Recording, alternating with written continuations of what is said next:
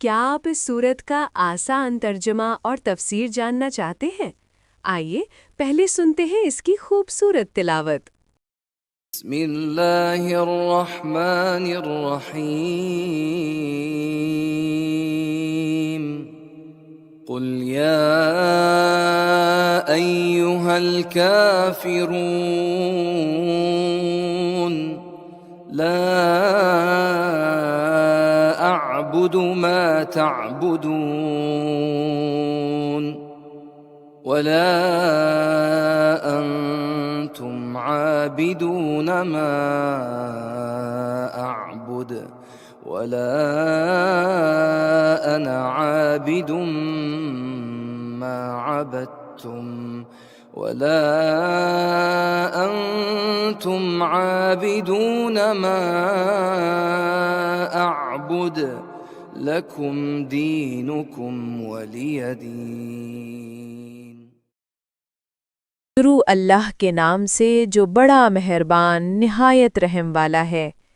کہہ دو اے کافروں، میں ان چیزوں کی عبادت نہیں کرتا جن کی تم عبادت کرتے ہو، اور نہ تم اس کی عبادت کرنے والے ہو جس کی میں عبادت کرتا ہوں، اور نہ میں ان کی عبادت کرنے والا ہوں جن کی تم عبادت کر چکے ہو، اور نہ تم اس کی عبادت کرنے والے ہو جس کی میں عبادت کرتا ہوں۔ تمہارے لیے تمہارا دین اور میرے لیے میرا دین۔ تفسیر: یہ سورت ہمیں دین کے معاملے میں واضح اور مضبوط موقف سکھاتی ہے۔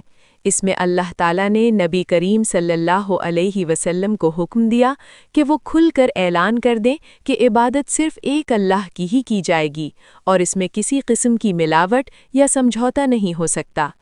اس سورت کا پس منظر یہ ہے کہ مکہ کے کفار نے نبی صلی اللہ علیہ وسلم کو یہ پیشکش دی تھی کہ 1 سال آپ ہمارے معبودوں کی عبادت کریں اور 1 سال ہم آپ کے رب کی عبادت کریں گے۔